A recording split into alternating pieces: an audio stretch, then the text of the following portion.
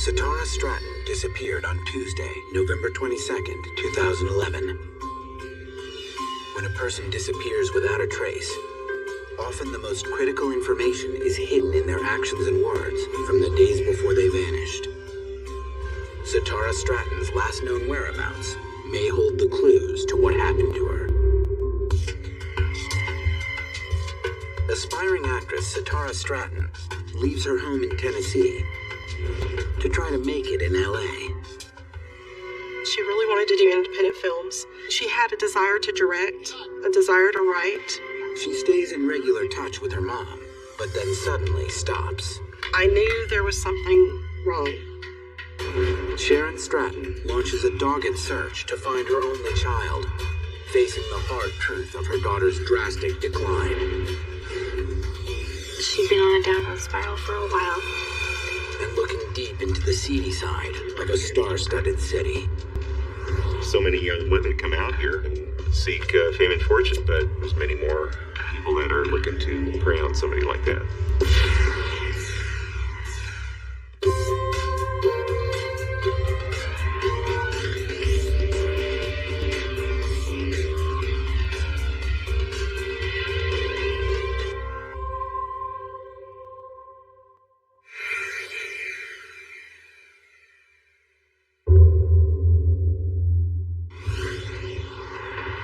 It's a mild fall day in Los Angeles when aspiring actress Satara Stratton picks up a payphone near a county court building to call her mom back home in Chattanooga, Tennessee. Hey,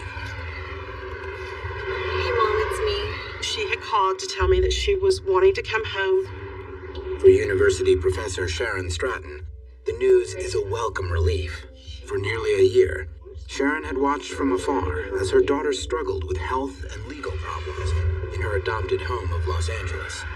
It was very hard going. I never thought she would be in such a situation. Come see Nana. But finally, it looked like Satara was putting her troubles behind her and was ready to come back to her family, and not a moment too soon.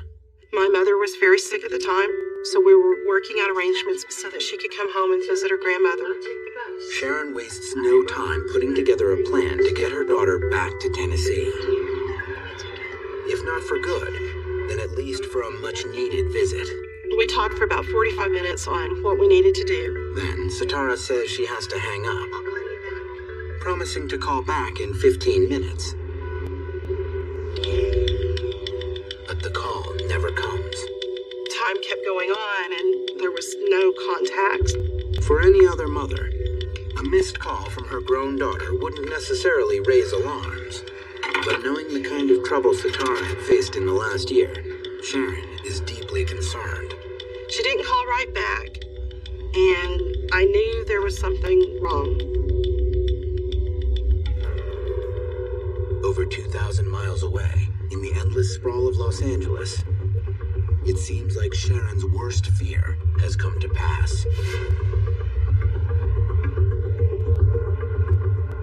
Her daughter has disappeared. Satara had moved to Los Angeles 6 years earlier in 2005 to pursue her childhood dream of acting and directing in films. As a child, Satara was always into performing arts. She started acting at the age of 3 with commercials, and she was a part of the Tennessee Ballet Company throughout her teen years. Capable and bright, Satara graduated high school early. At age 16, she enrolled at the American Musical and Dramatic Art Academy in New York City to study theater and develop her natural talent for acting. As a mother, you look at her and say, oh yes, she's great, but there were so many people encouraging her to continue on. She always got people's attention. After a year in New York, Satara decided to pursue her studies in Los Angeles to get first-hand experience acting and directing for film. That's when the petite brunette turned Hollywood blonde first encountered Laura Farr. We met in 2005. We both worked at the same establishment, and she was a waitress. She was 18 years old, and she was the oldest 18-year-old I think I've ever met in my life. She was very mature for her age, and she was very different. She kind of had this gothic vibe, kind of like the girl that didn't take crap from anybody, that would be the one wanting to dish it out. And that was like her stage persona. But after a few months working together, Laura began to see the girl behind the vamp exterior. Satara has a lot of vulnerability about her, but she doesn't ever want to show it. And the reason we became friends is because I think we both recognize each other that in Los Angeles, it's a big city of people from a lot of different places looking to be in the entertainment industry. So you deal with so many people that are so disingenuous. And I think we both needed a good friend, and we kind of became each other's support network that way. 6 months after meeting, Satara moved into Laura's apartment building. The two young women teamed up to take in everything LA had to offer. We lived right off of Hollywood Boulevard. She would come over, sometimes we'd make food together. We would be invited to different parties up in the hills. There'd be different celebrities there, or we would just go to, the local watering holes, just have fun. For Sharon, her young daughter's move cross-country to a strange city was daunting. The move to LA scared me more than the move to New York City. I think it's such a wider area. Transportation is different. You really can't get around as easily as you can in New York. But I felt like she could handle it.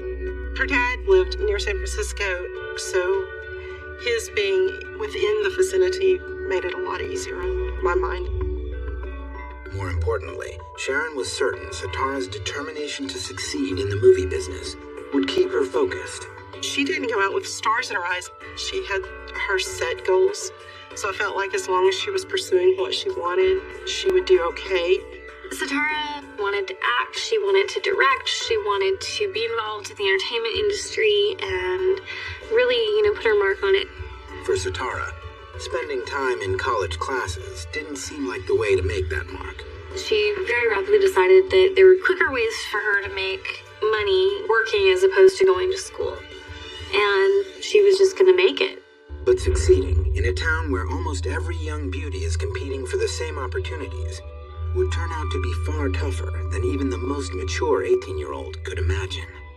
There were a lot of guys, of course, that there are young women out there looking to make money, looking to break into the industry, so they'll tell them whatever they want to hear. People that were around trying to say, well, I can break you into this, or, just come over to this party, or come back to my house and we can talk about it.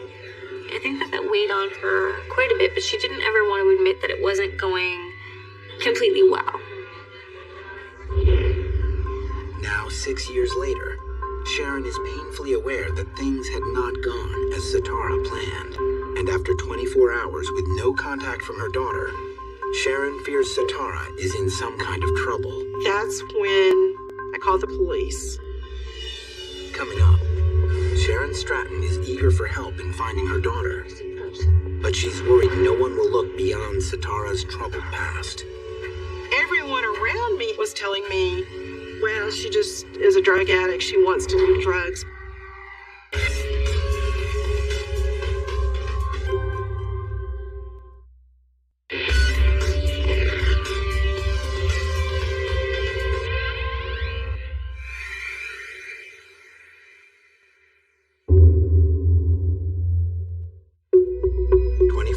After her daughter Satara fails to call her back from a payphone in Los Angeles, Sharon Stratton is deeply concerned that the young actress is in distress. She didn't have a cell phone with her. I was trying to give her the time to get back to her house and give us a call or something, thinking that maybe one of her friends had come, but time kept going on and there was no contacts.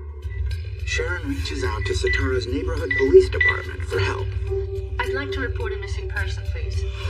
The police said, by law, we have to take the missing persons report. Still, Sharon is worried that because of her daughter's history, Satara's case will not be a priority. For the last year, the 24-year-old actress's life had spiraled out of control, resulting in multiple convictions on drug charges, mandatory rehab, and most recently, a short stint in jail. During that time, she was held for all of her court dates, because if they let her out, they were afraid she wouldn't come make her court appearance. With such a pattern of troubling behavior, it would be easy to assume Satara had simply taken off. But after speaking with Sitara just moments after her most recent court appearance, Sharon is certain this isn't the case. She was very excited about getting to come home and see her grandmother. And knowing the conversation that Sitara and I had held, knowing what her plans were, knowing the tone of her voice, I just knew something had not gone right when I did not hear back from her. Sharon also suspects that someone is trying to keep her from contacting Sitara. I immediately started Facebooking people to see if they had heard from her. Probably the next day, I was blocked. Sharon is certain Sitara isn't the person blocking her access. Still, there's always the possibility that Sitara simply doesn't want to be found. After taking Sharon's report, police enter Sitara into their records under the standard classification of voluntarily missing. The detective there told me that she's an adult. She could go missing if she wants to. It's a bitter pill for Sharon to swallow, especially since she is convinced that Sitara's drug and legal problems didn't start just because her daughter was reckless. They coincided with new and dangerous people coming into her life. People that Sharon is convinced know where Sitara is and are preventing her from contacting home.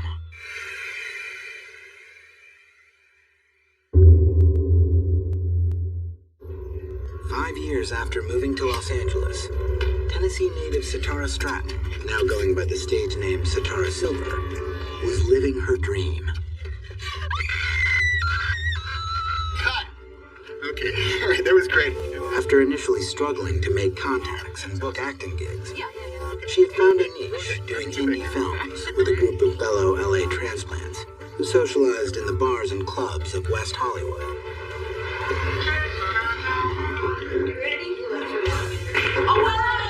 We discovered a few local places just off the boulevard. We had the most wonderful thing ever, which was Reverse Happy Hour. Reverse Happy Hour went from 11 to 2, and it was ridiculously cheap drinks. And we ended up meeting a lot of friends that way. And that included the director, and that's how she ended up becoming involved in a lot of his films. Beginning in 2008, Sitara starred in a number of low-budget, gory indie films that were often explicit send-ups of the LA scene. The sleaziest of them all. It may not have been the Hollywood dream of fame and fortune that lures most starlets west, but Sitara was making it in her own way. I remember her coming home and not knowing how to wash fake blood off of her. It's like all stuck in her hair and all over the place. But she was actually really excited to be covered in blood all day. The movies attract the young kids that like the gore and the guts and the sex, so I was like, I know it's not the greatest, but it's something she enjoys, and she's making money. So she's a paid actor, and people like it. She was happy. It just seemed like she was finally doing what she wanted to do. The work gave Sitara a creative outlet and kept her away from some of the more dangerous temptations of the Hollywood social scene that had lured her when she first arrived. I think that being in her early 20s and going out and drinking too much and kind of being in the scene too much, it's something that we all did. And in Los Angeles, drugs are everywhere. You will go to a party and it's not uncommon to see people doing lines off a table. It's not uncommon to see people who have pot on them all the time. It was a scene, some friends say, Sitara found hard to resist. One evening, we had a party in my apartment and we ended up on the roof of our building, and she started crying, and I didn't know why. It wasn't like her to be that emotional in front of other people, or even me.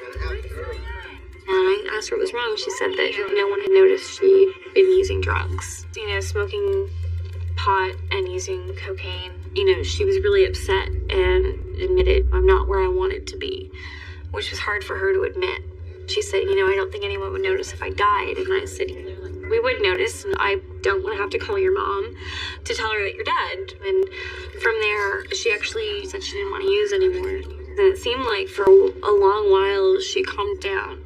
Sitara appeared to put the episode behind her, without informing her mother. I know they would all go out and party and celebrate that they'd finished, rap parties, so I knew she would drink. I just never really put it as a worrisome moment at that point. She didn't tell them everything. You never do tell your parents everything. You want them to think you're being successful. For most people, I think they kind of go through that phase where you go to the house parties and you drink, you discover all these things, and then you go, oh, you know what? I actually am becoming a responsible adult, and you move on. By the time she started working on her indie films, Sitara seemed to have progressed, not just in her career, but in her personal life as well. She met her boyfriend at the time through doing movies, and I think that it was a really positive influence on her life. She had a lot of friends that she could call them, but somebody that she knew was always there if you needed something. Having a stable boyfriend made me feel a lot better.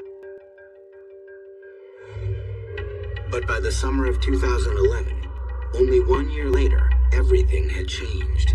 She started exhibiting some strange signs around her boyfriend, and he then notified myself and her dad that there was a problem. Coming up, 3 months before going missing, Sitara's drug problems resurfaced on a new, more dangerous level. He thought she may have had a track mark or an injection site.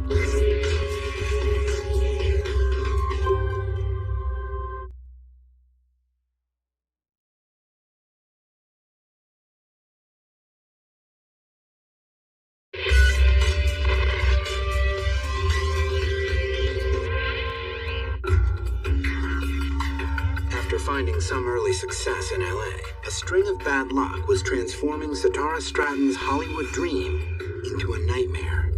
She went into the hospital in 2010 with abdominal infection. She was not able to work while she was in the hospital, so she didn't have the income to help pay the rent, so her and her roommates had to start searching for a place to live. To get by, Sitara resorted to crashing on friends' couches. Now back in her native Canada, Sitara's friend Laura was only getting snippets of information through emails and texts.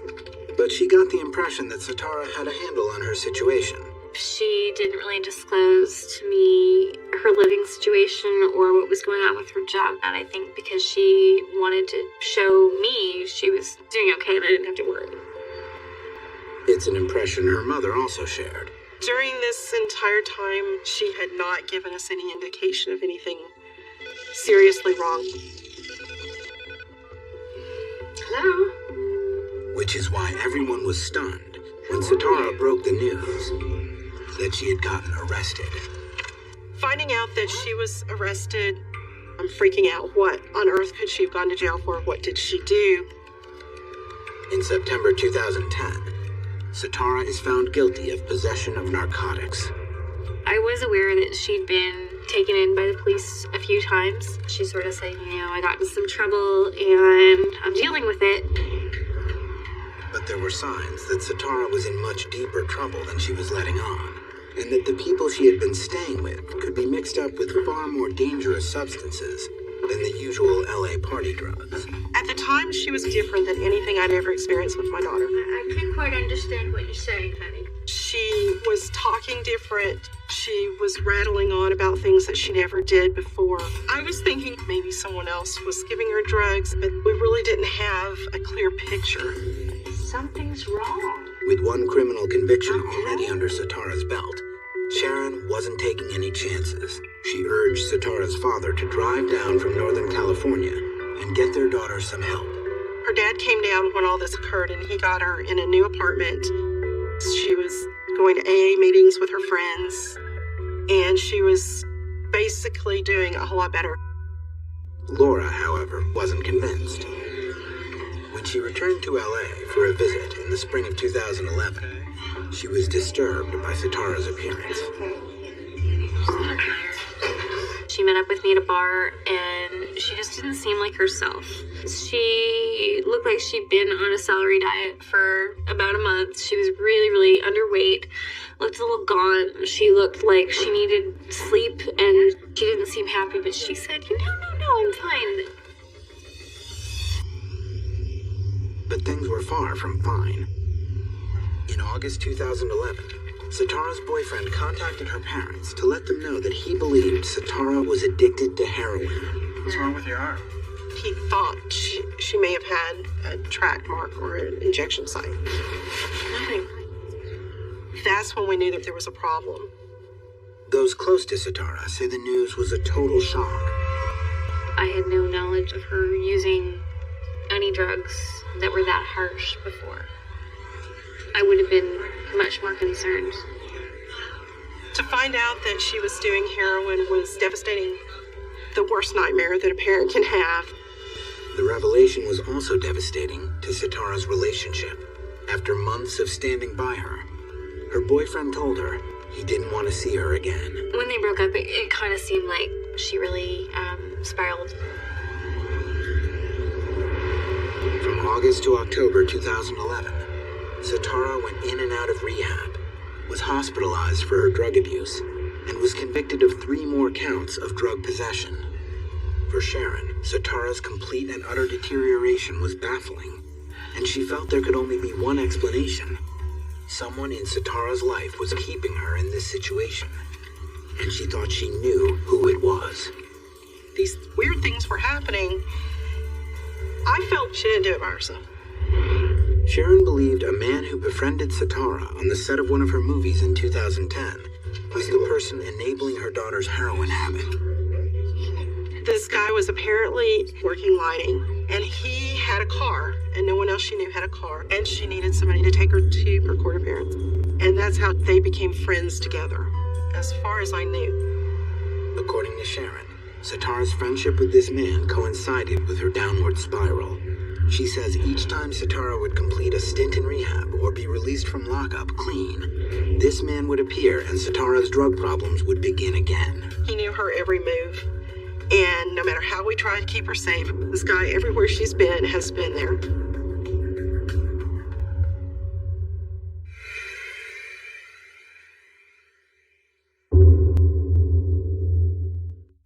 Now, with her calls going unanswered and her access to Sitara's Facebook page restricted for nearly 2 months, Sharon is convinced her daughter is in distress.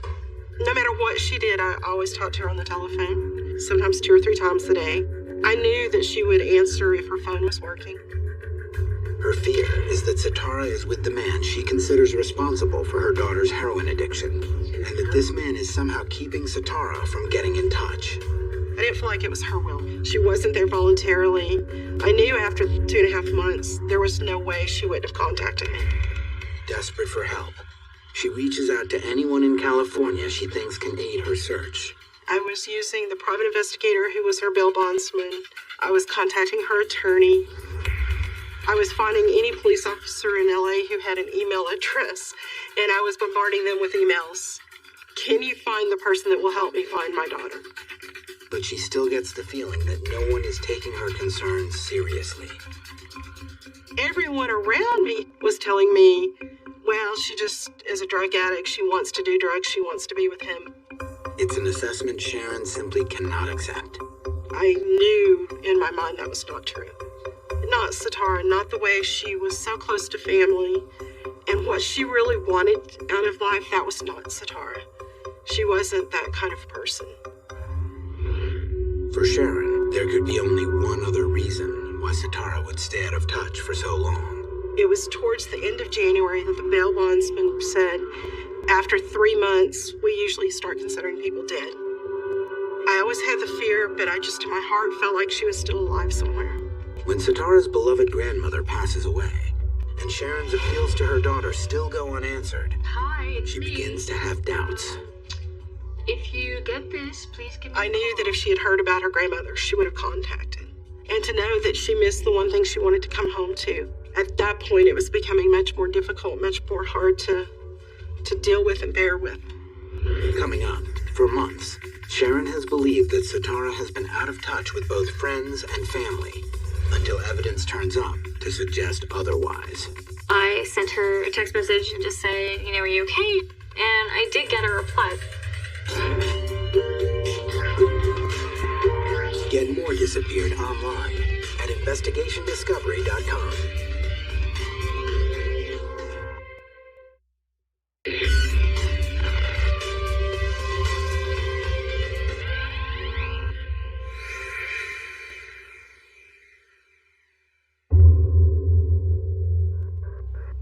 Fearing that her 24-year-old daughter Sitara is dead or in serious danger after months with no contact, Sharon Stratton is frantic to find her. I never thought I'd have to go looking for my daughter. Never thought that she wouldn't surface somehow. With no new information coming in from local law enforcement agencies, Sharon turns to Sitara's friends for help. Have you heard from Sitara lately? Friends, people who were friends of friends on Facebook were then starting to put out posters notifying me that they were daily doing searches. A few days after some of Sitara's friends plaster Hollywood with missing persons posters, Sharon finally gets a lead. You did? And more importantly, a possible sign of life. We started getting people saying that they thought they had sighted her. Most of the sightings no one could verify. It was somebody thinking they saw somebody that looked like her, but it was giving more hope that she's alive. To Sharon, the location of the sightings is troubling. They are all in the vicinity of the residence of one of Sitara's known associates. The man who Sharon feels certain was complicit in her daughter's dangerous spiral into drugs. To her, the new information is proof positive that this man is involved in Sitara's disappearance. She was no way just missing because she wanted to. This man was definitely out to get her. After that, I went to California. In February 2012, Sharon begins the grueling 2,000-mile drive from Tennessee to LA to try and rescue her daughter. But what she doesn't know is that not all Sitara's friends have reason to believe she's missing. I first became aware her mother had said that she was missing around January of 2012. It was through Facebook. I went to her profile and I saw all these postings, people saying, hey, where are you? Can you contact me? The news that Sitara was thought to be missing since November 2011 is a complete surprise to Laura, because she had received a text message from Sitara in the middle of December. I didn't know quite what to think. And I sent her a text message and just said, are you okay? Your mom says on your Facebook that you're missing. And I did get a reply. The reply was, yeah, no, I'm fine. Laura takes her friend's response at face value and does not contact Sharon. It seemed like, with that response that she just didn't want to talk to her mom. To be honest, she didn't want to move back to Tennessee. She wanted to stay in Los Angeles, so I didn't know if they were arguing about that. And I did tell a lot of our longer-term mutual friends. She says she's fine, so we gotta go by that, right? When Sharon arrives in Los Angeles, she begins finding what she feels is more evidence to support the idea that the man in Sitara's life is keeping her from her family. Once I got out there, I went to put up posters. I noticed ones that other people had put up had already been taken down. So I put them up and went back, and they were gone. Every day that I was there. To me, that meant he was the one taking them down. The guy that has her is trying to keep us away. We're on his trail. He knows it now. I had that gut feeling.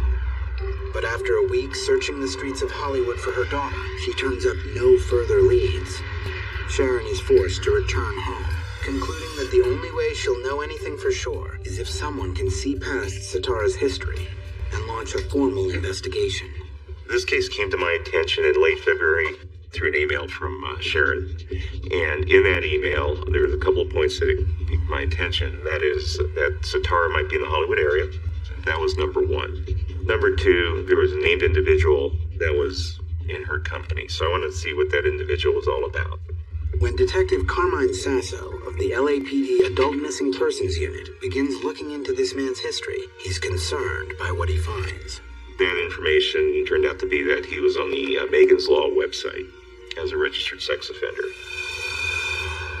In 2006, then 40-year-old Paul Constantinescu was arrested as a result of the Dateline NBC program To Catch a Predator for trying to initiate a sexual encounter with a person he believed to be a 13-year-old girl. In 2009, he was found guilty of attempted lewd conduct and attempted oral copulation with a child under the age of 14.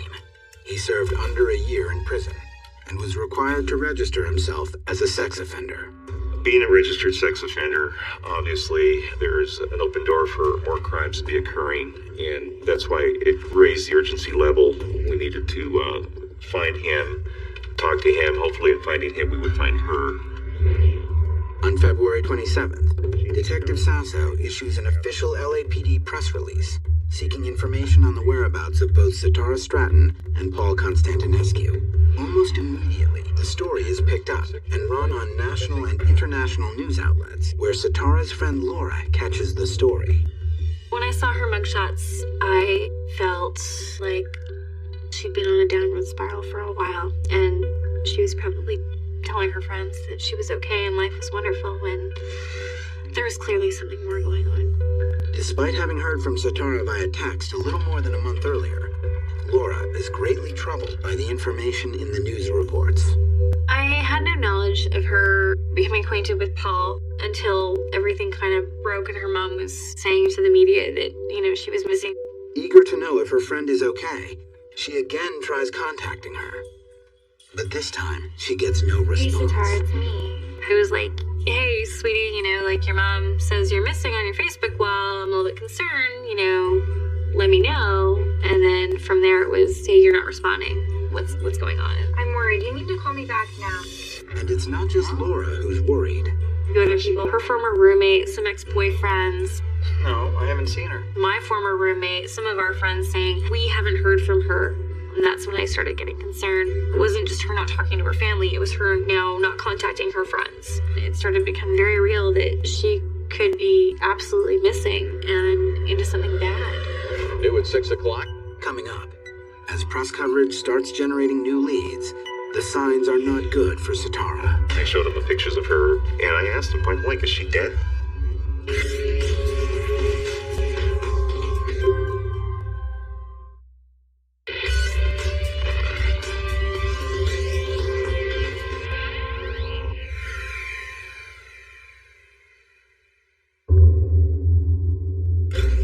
After hearing startling news reports detailing her friend Satara Stratton's known association with a sex offender, Laura Farr makes repeated attempts to contact her. You need to call me. I haven't heard from you in a long time. When she gets no response, she begins to consider the possibility that Satara may indeed be in serious trouble. You need to call me.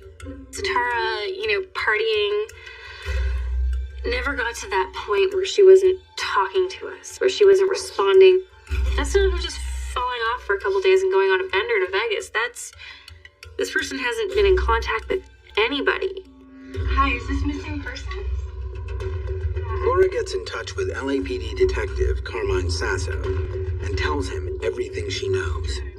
If you wanted to know different bars we went to, people we might have known, places where we'd gone, things that she liked to do. And when was the last time you saw her? He really wanted to start getting a whole story of her and not just a concerned parent whose child hasn't contacted them. With new information coming in via calls and contacts, Detective Sasso is able to corroborate two key pieces of information. That Satara was last seen alive with Paul Constantinescu in mid-February at his residence behind the Hollywood Rubber Stamp Company where he worked. And, according to one source, it appeared that Satara was with Paul against her will. The information that was coming in was very specific, and it was framed in such a way where it made me believe that Satara was not free to do what she really wanted to do.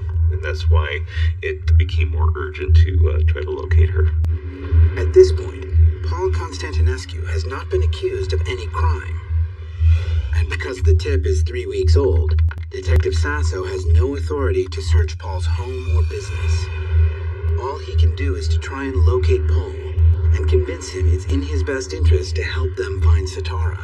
We went to his place of employment first week of March. When we arrived there, he wasn't there. This is Detective Carmine Sasso from the LAPD.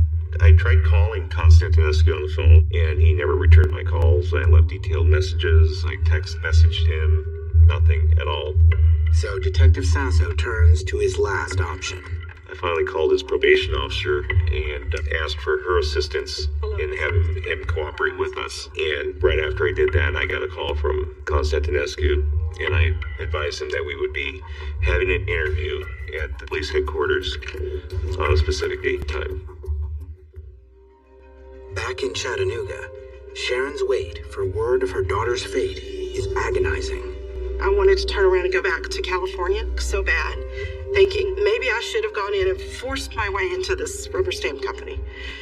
But I kept thinking if I go to jail for breaking it, it's not going to do her any good. I just never thought this would ever occur to my daughter.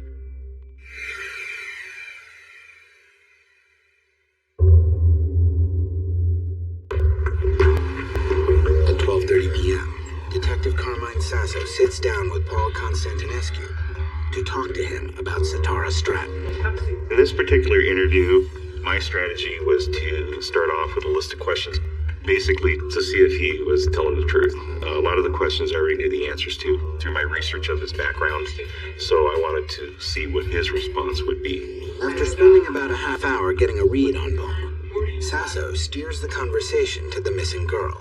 How long have you known Satara Stratton? I don't know a little bit, that's it. I don't know. When I asked Constantinescu if he had seen Satara, he mentioned that he had last seen her about 6 weeks ago.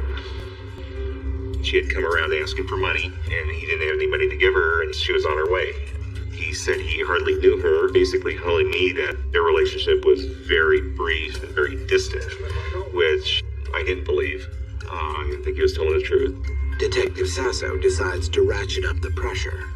I showed him the pictures of her, how she looked currently, and I asked him point blank, is she dead? And that really kind of rattled his cage. And I said, if I don't get to talk to her, I'll be talking to you every day. And I'm not going away, and I will make your life unpleasant.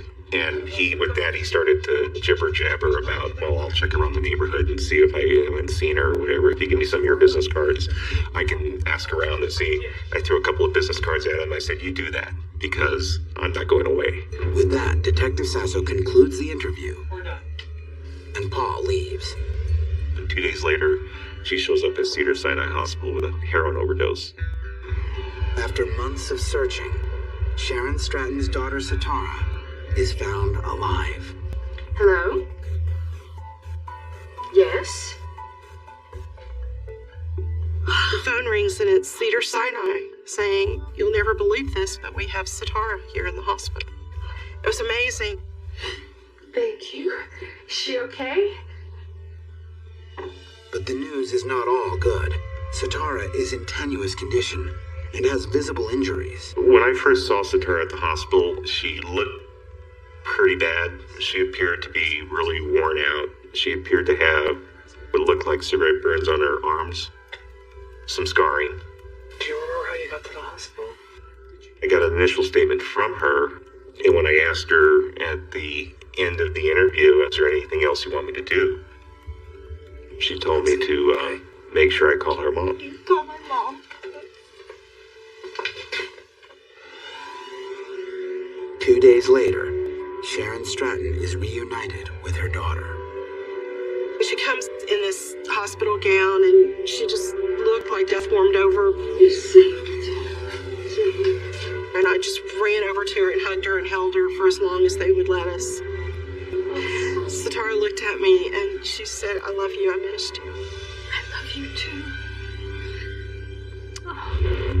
Finally, after months of silence, Satara is able to explain what happened on the day she last spoke with her mother.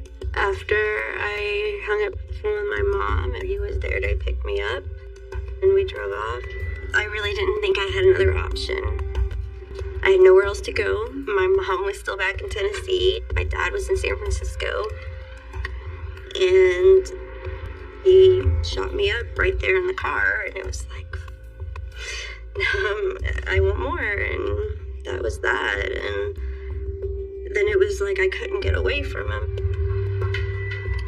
Satara says repeated heroin use made it impossible for her to leave. In the very beginning, I did not think I was going to be in danger. I mean, I thought this guy was a friend of mine. I mean, I didn't have a place to stay, and he let me stay with him. I didn't realize what was happening with the drugs. You become so dependent that you can't leave because you get so sick without it. And the drugs just become the bars of your prison, basically. It was a prison that Satara says kept her with Paul for 4.5 months. I couldn't work, I couldn't leave, I couldn't do anything. I was with him pretty much 24/7. I was trapped, and it's just a nightmare. For Sitara, the only thing that kept her going was knowing that her mom never stopped searching and never stopped believing in her. I'm very fortunate to have a mom that cared so much to come to this effort to find me and not give up. Days after Sitara's reappearance, police jail Paul Constantinescu for a probation violation after finding heroin at his residence. Meantime, a criminal investigation into the specifics of Sitara's accusations against him is launched. In the statement that she gave me at the hospital, she said that he would provide her with heroin and keep her in a weakened condition to where she really wasn't able to do much of anything. And when she was in that condition, he would forcibly have sex with her. So investigators from our sex crimes unit with Operations West Bureau picked up the investigation. According to investigators, Paul Constantinescu maintains that he never provided Sitara with heroin, never held her against her will, and never abused her. He asserts that he only ever tried to help her. To Detective Sasso, a former vice officer, the allegations echo a known MO. Based on my training and experience, there could be an indication that there could be something more going on. Maybe touching on human trafficking. Predators look at if a person is falling on hard times, lack of employment, lack of funds. All of a sudden it's like, hey, I can, provide you with this, a place to stay, some money, some food, what have you. And that's how it starts off. And then from there, it goes into the drug aspect right away. You get somebody injected, get someone hooked, and now, they're doing what you want them to do, basically.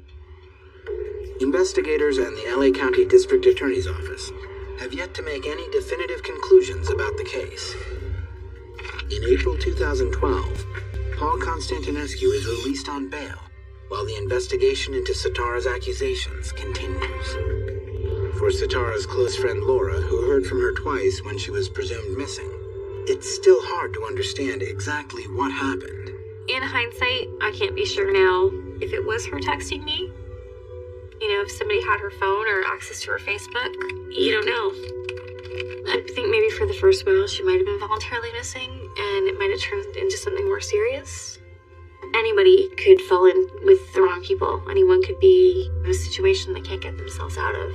But again, I have no way of knowing. For Sharon Stratton, there is no doubt that Sitara is a victim. I think she was just an easy target because she was controllable with drugs.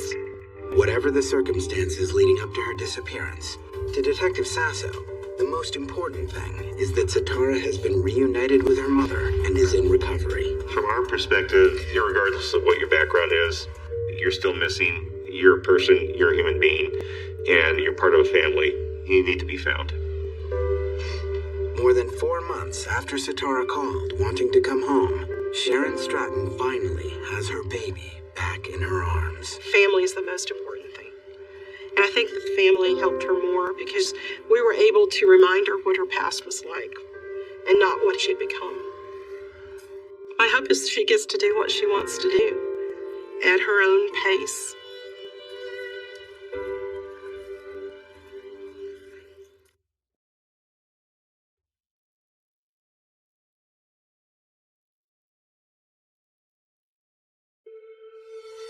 Amy Rowe Bechtel disappeared on July 24th, 1997. When a person disappears without a trace, often the most critical information is hidden in their actions and words in the days before they vanish. Amy's last known whereabouts may hold the clues to what happened to her. A vibrant young couple just starting out. They were emerging into a new life. A sudden disappearance. It was just such a shock that a person with so much life could vanish. The search for her consumes a small western town. This is the state of Wyoming. Things like this don't happen here. When no trace of her is found, suspicion falls on those closest to her. At that point, we need to investigate this as if a crime has occurred, because it probably has. But as the mystery deepens, a community must come to terms with dangers that lurk within. I'm sure she had never run into a serious danger in all those times she was running alone up in those mountains. So why would this one day be different?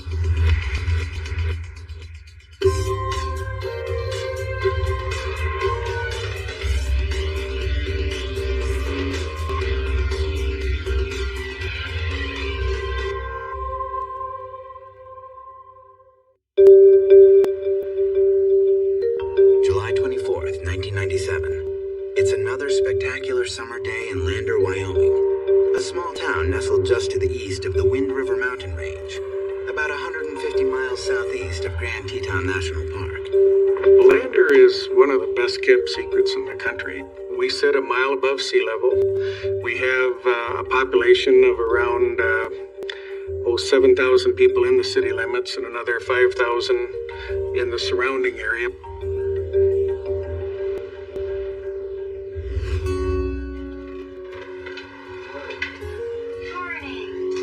24-year-old Amy Roe Bechtel and her new husband, 27-year-old Steve Bechtel, moved to Lander 2 years earlier.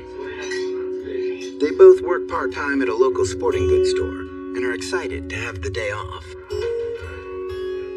3 days earlier, Amy and Steve closed on a new home about a mile from the center of town, and Amy has a lot to do. She had agreed to do a class at the gym where she worked part-time, and she had things to do to get ready to move into the house. Hi. Yes, this is Amy Bechtel. Putting the electricity in their name and the telephone connections. After breakfast, Steve takes off to go rock climbing with a friend. Amy finishes her phone calls and writing her to-do list for the day. Great. Thank you so much. If she gets everything done, she's hoping to go for a run later, up in the mountains, where she's organizing a 10K road race in a few months. About 9:30 a.m., Amy sets off on her errands around town. Running around. This is what you do when you're 25 and healthy. They were emerging into a new life. They were going to probably not have as many days of part-time jobs and taking a day off to go climbing. Attractive and athletic, Amy and Steve had met as undergraduates at the University of Wyoming in Laramie 5 years earlier. Amy, the youngest of four, grew up in Jackson and Douglas, Wyoming, where her father was the city administrator. Amy was a very bright young girl, a little quiet and goal-oriented. As a family, we are truly connected to the West and the places we lived. And we didn't realize that at the time growing up. We just knew that we were outside all the time. There was a friend who said, Amy is very profound. When she has something to say, she comes right out and says it. We were very close. Siblings were very close. When I got married, there wasn't even a question. Who was going to be my best man at my wedding? My three sisters. And that was, I think, epitomizes the relationship that we had built as a team growing up. In high school, at the urging of a friend whose father was the track coach, Amy took up running. She started out slow, but soon blossomed into a fierce competitor. I don't necessarily think she was a natural, but you know what? She persevered, and she was dedicated to doing what she wanted to do and doing it very well. She just worked her butt off, just tried so hard. After high school, Amy started college at the University of Wyoming. She approached the cross-country coach and asked to join the team as a walk-on.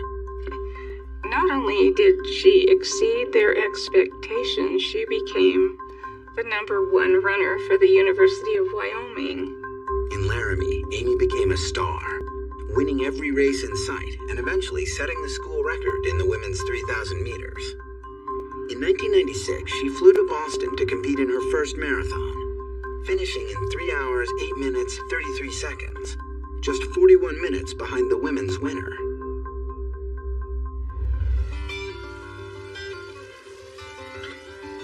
After graduation, Amy and Steve moved to Lander, a mecca for rock climbers and outdoor enthusiasts.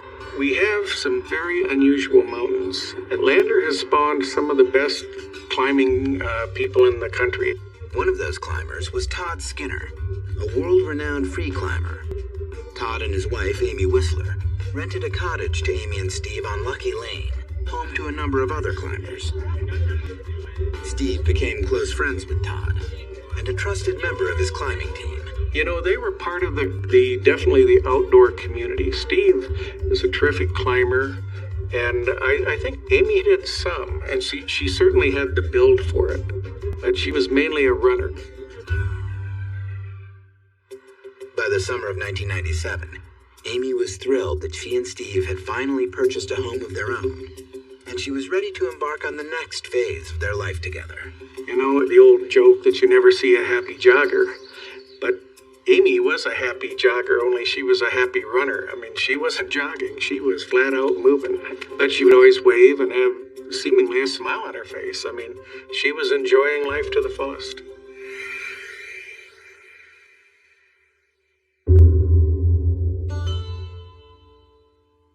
On that busy day off from work in late July, Amy stops by the local camera shop.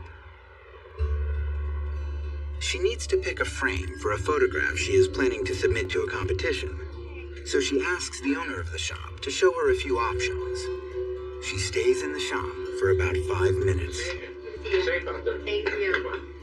Her husband Steve has a more relaxed day planned. He and his friend Sam Leitner drive 70 miles northwest to Du Bois, where they hike to a rock wall they've been looking forward to climbing. By early afternoon, Steve and Sam finish up, and each head back to Lander separately. When Steve returns around 4 p.m., Amy isn't home. He got home at 3:34. Amy wasn't there. Didn't think much of it at the time that Amy was gone because she runs. But after a couple of hours, it starts to nag at Steve that she hasn't shown up. About 6 o'clock, he started to get a little worried because usually she's home by then. He was getting a little concerned because she's never done anything like this before. Around 7 p.m., Todd and Amy Skinner drop by and invite Steve out to a movie. Steve tells them Amy hasn't come home yet and that he wants to wait for her. Steve actually made some phone calls to some family members because he was just unsure if they had heard from her or something. Steve calls Amy's parents at their home in Powell, 185 miles to the north, thinking perhaps she'd gone there to pick up some furniture.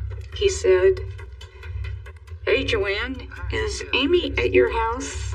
And I replied, "No, Steve, she is not." And I just was very puzzled because it was very unlike Amy to not let people know where she was going or what she was doing.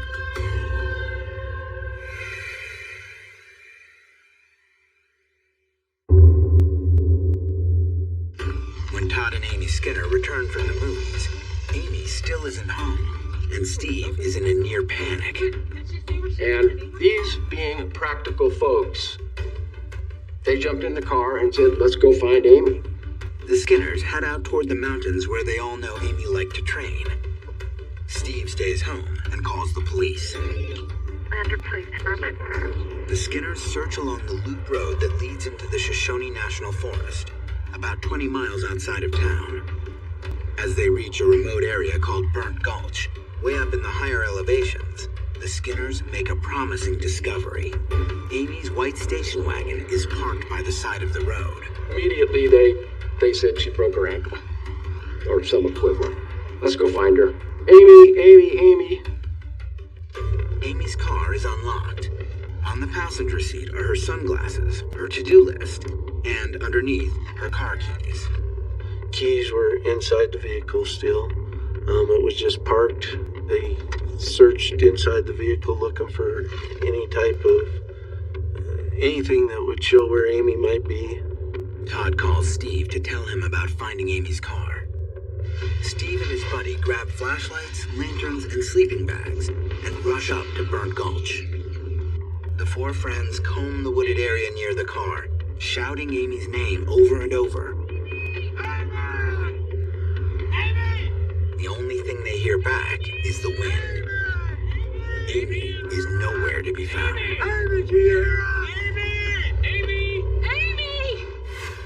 Coming up, the search for Amy widens and the mystery deepens. We got up to the mountain, and it's like literally 2 or 3 hours into it, I'm like realizing this is scary.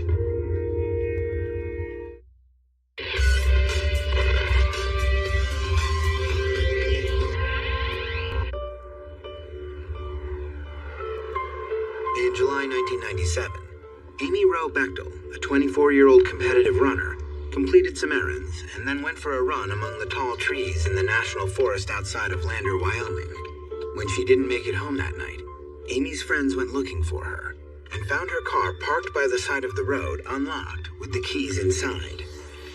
The last time Amy was seen that we called a confirmed sighting, where somebody could positively identify her, was in the camera shot. And that was, I believe, early in the afternoon. Amy's husband Steve and some friends search through the night, hoping she is nearby, perhaps injured. Her brother Nels and other family members race to Lander to help. And I got up to the mountain, and it's like literally 2 or 3 hours into it, I'm like realizing this is scary. This is a much different situation than I had originally thought. By daybreak, the Fremont County Sheriff's Office has arrived and begun organizing a massive search and rescue effort. The first thing I believe law enforcement thought at that time was Amy was either lost or injured, or maybe attacked by an animal, because we have bears and mountain lions.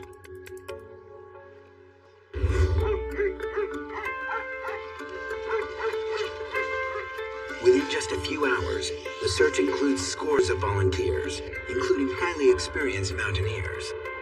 Lander's a great place to get lost because we have, by far, the best, most dedicated, most well-trained search and rescue people that exist at the Sheriff's Office. And they do it often, and they do it well. You can't throw a stick here without hitting someone who is more capable than you in the wilderness. You have experts that can climb mountains. You have experts who can go into caves. You have experts who search on horseback.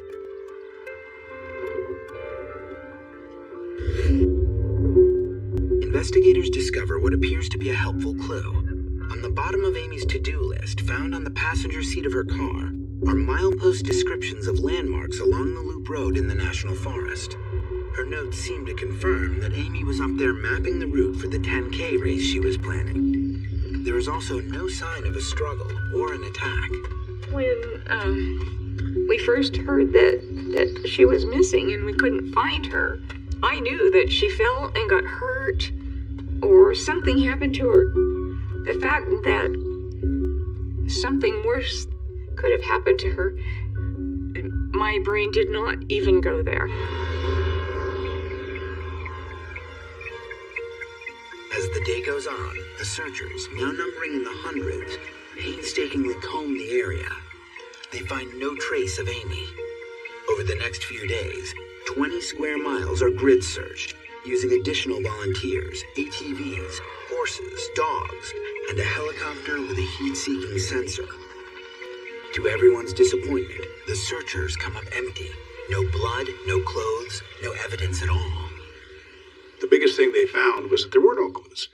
There's no evidence. Because if somebody falls prey to an animal, you find them. If somebody drops dead of a heart attack, anything you can think of, falling rock, that search team would have found that.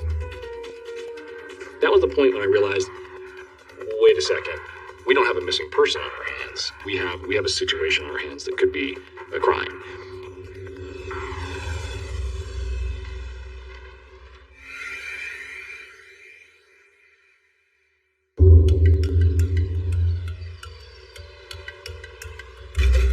Days into the search, the sheriff's office decides to switch the case from a missing person to a criminal investigation.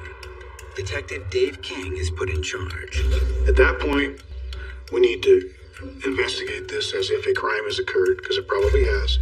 And we're so behind the eight ball because of the days and hours that had passed. Police set up roadblocks at the top and bottom of the loop road, hoping to find witnesses.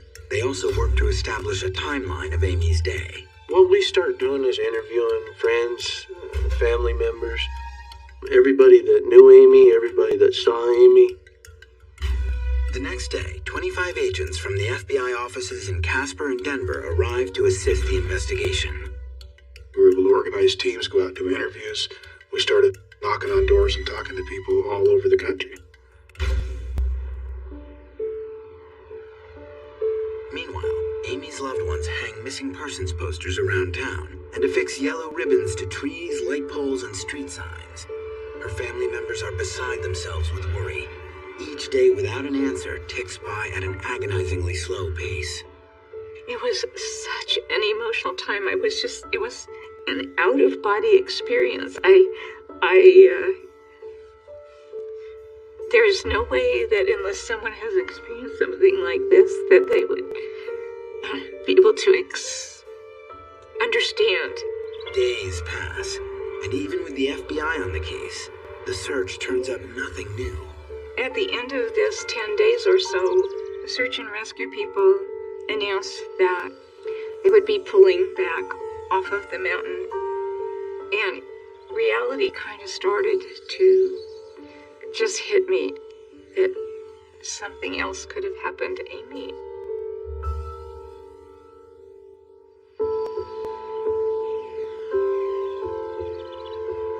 Although Lander seems like a quiet mountain town, it is not completely immune from crime.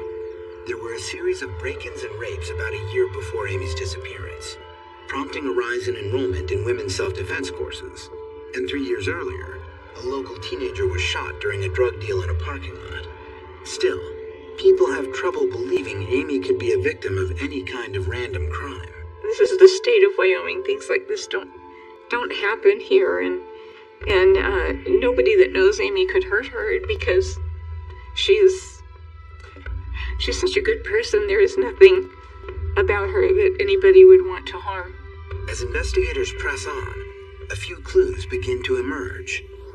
A local couple tells police that they were driving on the loop road on the afternoon Amy disappeared, and believe they passed a slim blonde in black shorts running fast. Others who had been in the area that day say they heard gunfire at a lake about 8 miles away. The sheriff's office and FBI begin to consider various possibilities. Could Amy have been abducted by a mountain man? Was she struck in the head and suffering from amnesia? Or was she the victim of a hit and run? But no hard evidence supporting those theories is found. Then, a week into the criminal investigation, the police uncover another potential witness who steers the case in a new and very troubling direction. Coming up, suspicion falls on the one person in the world closest to Amy Bechtel. We have to consider the possibility that the answer to all our questions are with her husband.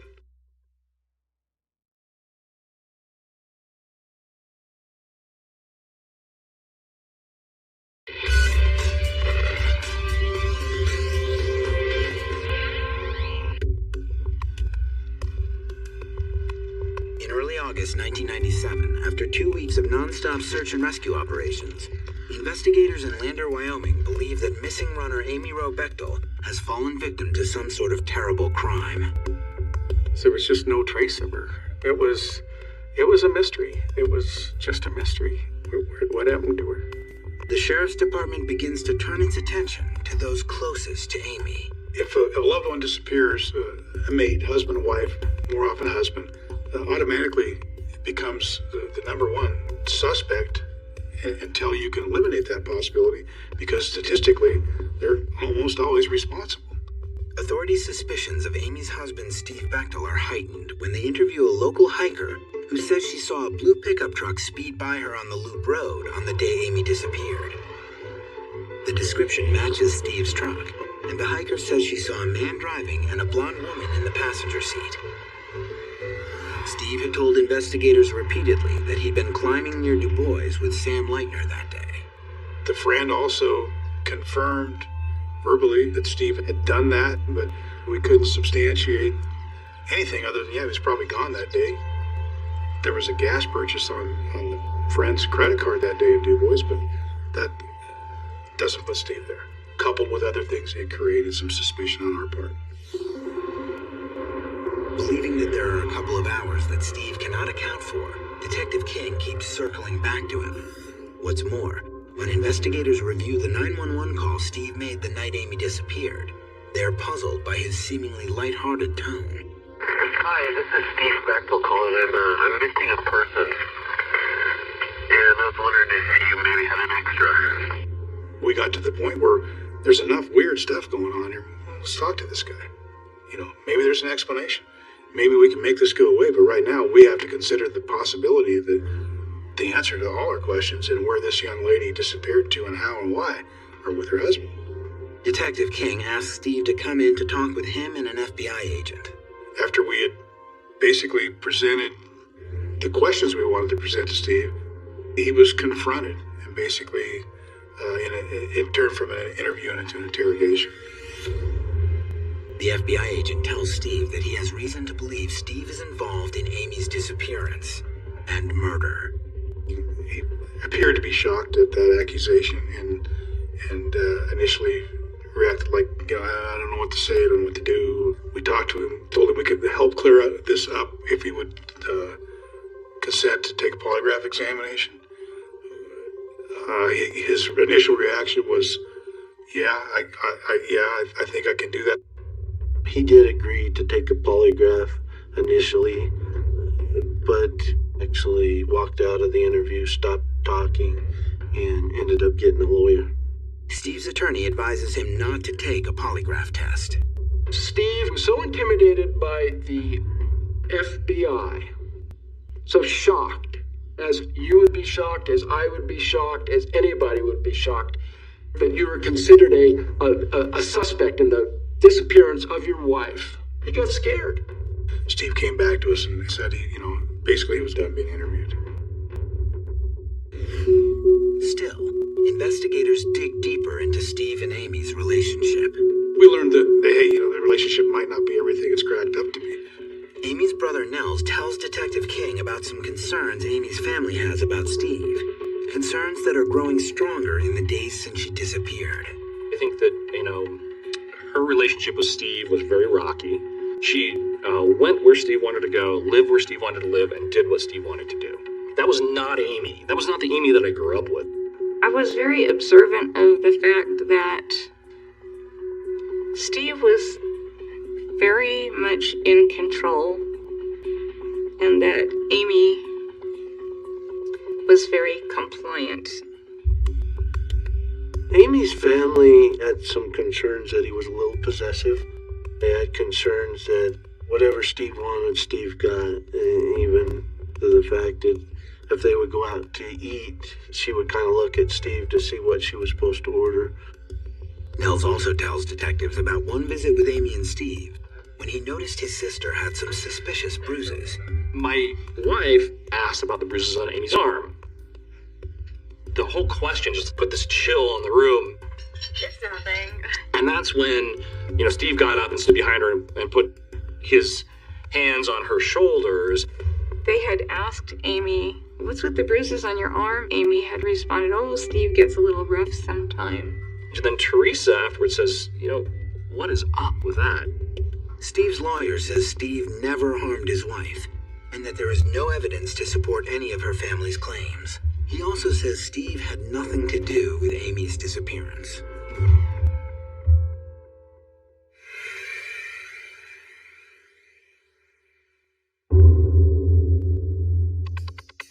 The day after Steve is interrogated, the sheriff's office obtains a warrant for Amy and Steve's home and for Steve's truck. The FBI impounds the vehicle. Deputies comb through the house looking for clues. Little of significance is found until investigators uncover a batch of Steve's journals. What they contain stuns them. They were of concern to anybody that read them in and of themselves. To help make sense of Steve's entries, investigators present them to Amy's family. These were detailed journals. These were chronologically ordered. These were his deepest thoughts around everything from how he views women to things he liked to do, which are very violent, to very clear, controlling behavior directly targeted to my sister. The journal writings that they showed us blew me away. I could not believe what I had read and heard. Steve's lawyer tells police that the journals are purely fictional and have nothing to do with his and Amy's relationship. Steve offers his perspective to the media. Those writings are songs that my band did in high school. They're stories that I wrote that I submitted to Short Story magazine. It's sort of a trashy, but way to get rid of feelings. If I can write them, they're gone. And the explanation was still I was working on song lyrics. And again, that's not crime. You can do that all day long. Despite the scrutiny from the authorities and from Amy's family, Steve steadfastly maintains his innocence. Did you have anything to do with your wife's disappearance? No, I didn't. Steve and his lawyer call the sheriff's office treatment of him aggressive and insulting. Let's go ahead and establish that Steve is a diabolical criminal. But first, let's establish that he was in the area for the crime and had a motivation to do the crime. Steve's lawyer says his client has accounted for his whereabouts on the day Amy vanished, and that there is no motive for Steve to harm his wife. The couple did not have large life insurance policies, and had just purchased a home together. At the same time, other evidence that made police suspect Steve begins to unravel. A search of phone records seems to confirm Steve's account that he made calls from the house around 4 p.m. on the day Amy vanished. And the hiker who claims she saw Steve's truck on the Loop Road that day is unable to make a positive identification. Other close friends, including neighbors Todd and Amy Skinner, tell police that Steve and Amy had a warm and loving relationship. Police, they don't like unsolved cases. And they didn't have a clue. I remember Dave King saying to me, the only thing that we have is no clues at all. So they're frustrated. They have no place to turn to but Steve. And finally, he said he'd had it. Go someplace else. I can't help you anymore. Steve and his friends from the Lander climbing community organize their own investigation. They send out tens of thousands of missing posters, field phone calls, and continue to organize search parties. Todd Skinner motivates the troops. We're looking for Amy alive, and we're thinking maybe still that she's somewhere in what we would call our area. Given all the scenarios I can imagine, there's nothing that could be worse than wondering if I'll ever see her again. When I'll ever see her again. And if I do, whether she'll be alive or dead. Friends gather donations, and a $10,000 reward is offered. These efforts and a host of national publicity bring in hundreds of leads. With each call, everyone holds their breath that Amy might still be out there, somewhere, waiting to be found. Coming up, as the investigation continues, a possible sighting of Amy raises everyone's hopes. We had a thing that sounded so promising to me that meant Amy was alive. Get more Disappeared online at investigationdiscovery.com.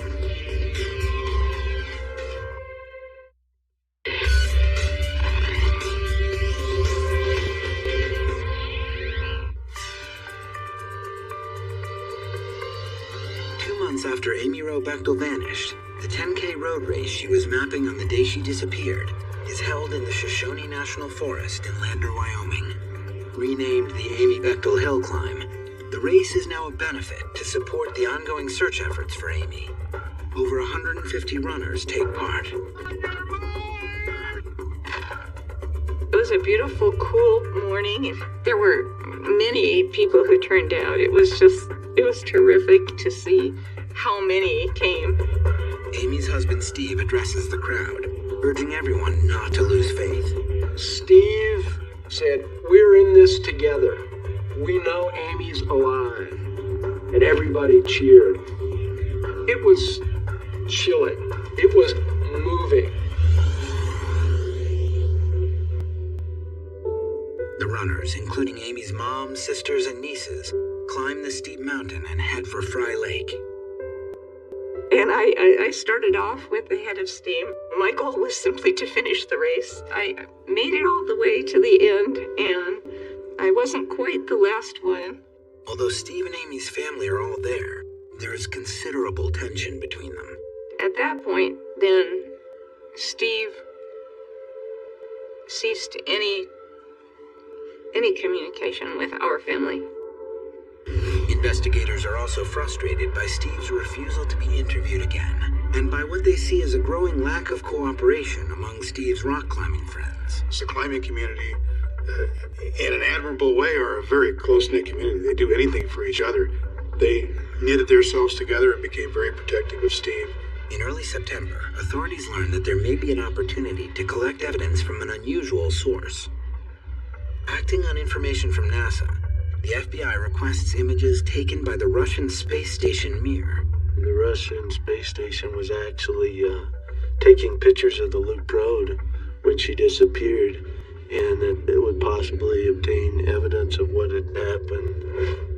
Months pass, and the search for evidence or a body continues. The search went on in a couple of ways. Any clue for back on the mountain was followed up on immediately and as thoroughly as we could. People found graves of dogs. They were dug up. Those kinds of things were followed up on that were reported to us. Leads stream in on the telephone hotline, especially after the reward is increased to $25,000. One persistent rumor suggests a hit and run involving Native Americans from the nearby Arapaho-Shoshone Reservation. We had information that some intoxicated Native Americans had been up there and struck her in a vehicle, and they ended up putting her in the trunk of their vehicle and ended up burying her in a shallow grave out there. Investigators enlist the aid of the Indian Affairs Police Department and get permission to search on tribal lands. We did find the vehicle that they said was used, and that vehicle was processed, and we never got any good evidence that would prove that case.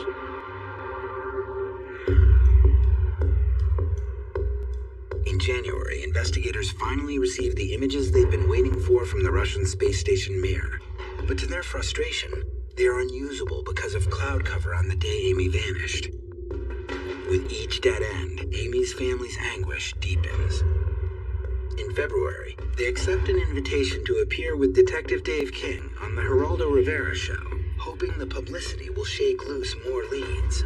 While on the air, Geraldo makes a direct plea to Steve Bechtel to cooperate with authorities and take the polygraph exam.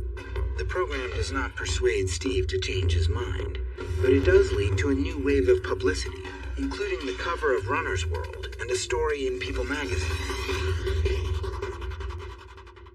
The article generates the first solid lead in months when a woman in Sarasota, Florida calls police, convinced she has seen Amy, homeless and disheveled, walking down a street.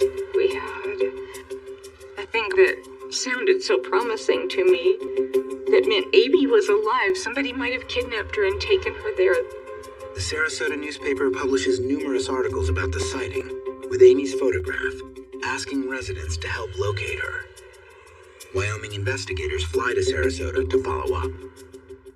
But when they get to Florida, they are disappointed to learn that the homeless woman has been found and is not Amy. It is one of many sightings across the country that raises everyone's hopes, only to dash them again. When Amy was spotted somewhere and it had any possibility of having any validity, somebody went there and looked. Somebody went there and talked to that person that made those sightings.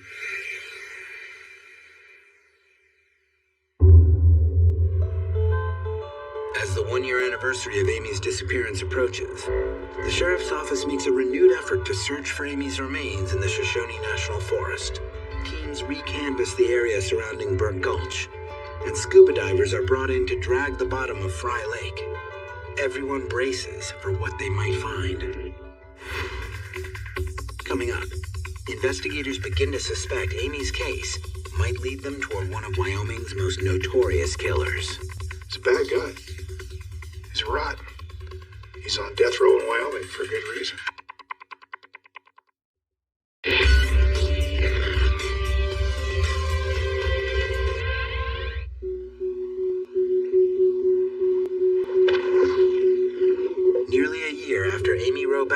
missing.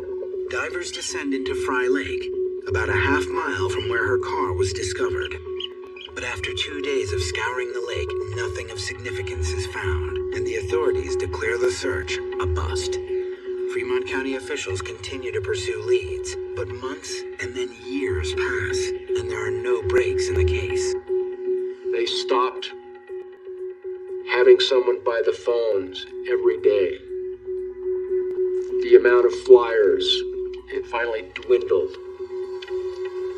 There was nothing more to do. In January 2001, Amy's father, Dwayne, passes away at the age of 71, never knowing what happened to his beloved daughter. 2 years later, another unsolved Wyoming case breaks open, and with it comes the possibility that the perpetrator could be linked to Amy's disappearance. In April 2003, a welder named Dale Eaton is arrested for the 1988 abduction, rape, and slaying of 18-year-old Lisa Marie Kimmel. Kimmel disappeared while driving through Wyoming, and her body was later found in a river near Casper. Now, 15 years later, DNA evidence links Eaton to the crime, and police find Kimmel's car bearing her distinctive Lil Miss license plates buried in Eaton's backyard.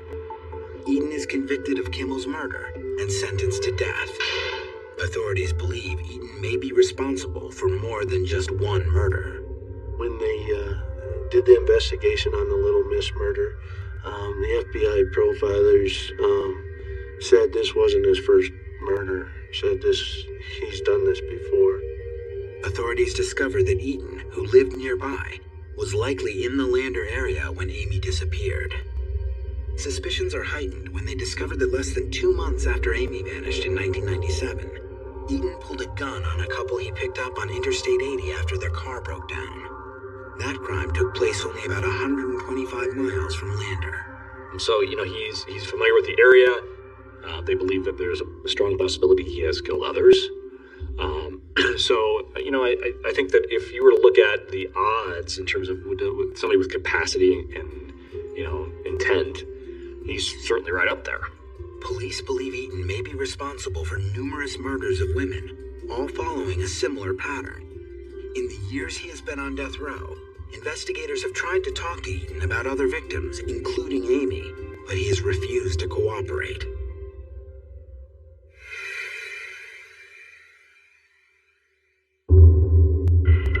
Seven years after Amy disappeared, Steve Bechtel decides it is time to move on with his life.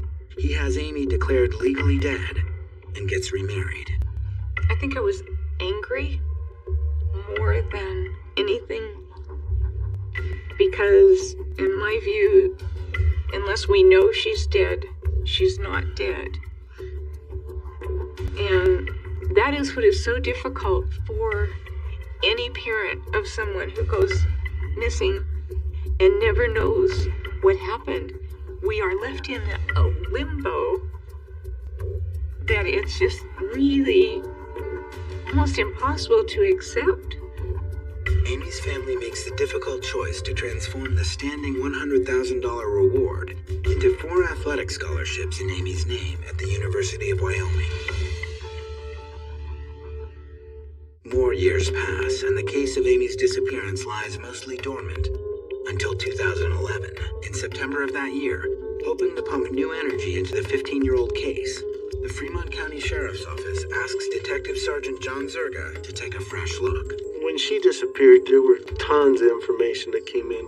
A lot of that stuff I felt like was never followed up on, some pretty important things. Zerga looks into everything that was gathered over the years. All the leads, information, and theories. When I reviewed the case, what I found the most is it looked like our detectives back then really got focused on Steve Bechtel. We thought we were on the right track, and we may have been, but it was just, I think our detectives got tunnel vision.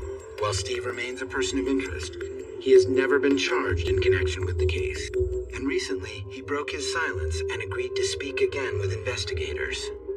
Steve Bechtel's been cooperative with us. I sat down and talked with him about some of his ideas and about who he thought would possibly be suspects. As elusive as the true story remains, Zerga is determined to find it. There is that person out there that was involved, that has knowledge of this, that knows what happened to Amy. And we're still to this day getting calls. Residents of Lander feel that the case changed their town forever. The mountains just weren't the same anymore. A lot of us would go to the mountains and just to relax and be by ourselves, just to get away. And but after that happened, you realize that there could be some danger lurking up there. I just want to find closure. I want to be the person that finds the closure for her mom, Joanne. And I would just like to be able to find her daughter for her so her family, Nels and all of them, can have closure. Amy's memory is her family's only comfort. The best way to remember Amy is for people who are just now learning about her is to remember her vibrance, her talents, and her all-around goodness. I think that everybody who knew her would agree with me on that. She was a good young woman. She was fresh and bright and ambitious. And were she alive, she'd have 3 kids and, be a mainstay of Lander. And that's not supposed to happen. To me, it is still an impossible story. I mean, Amy Bechtold had everything going for her. It was just such a shock that a person with so much life could vanish. And I used the term one time in my writing that Amy vanished, and then I said, but she really didn't vanish. She is somewhere. We just don't know where.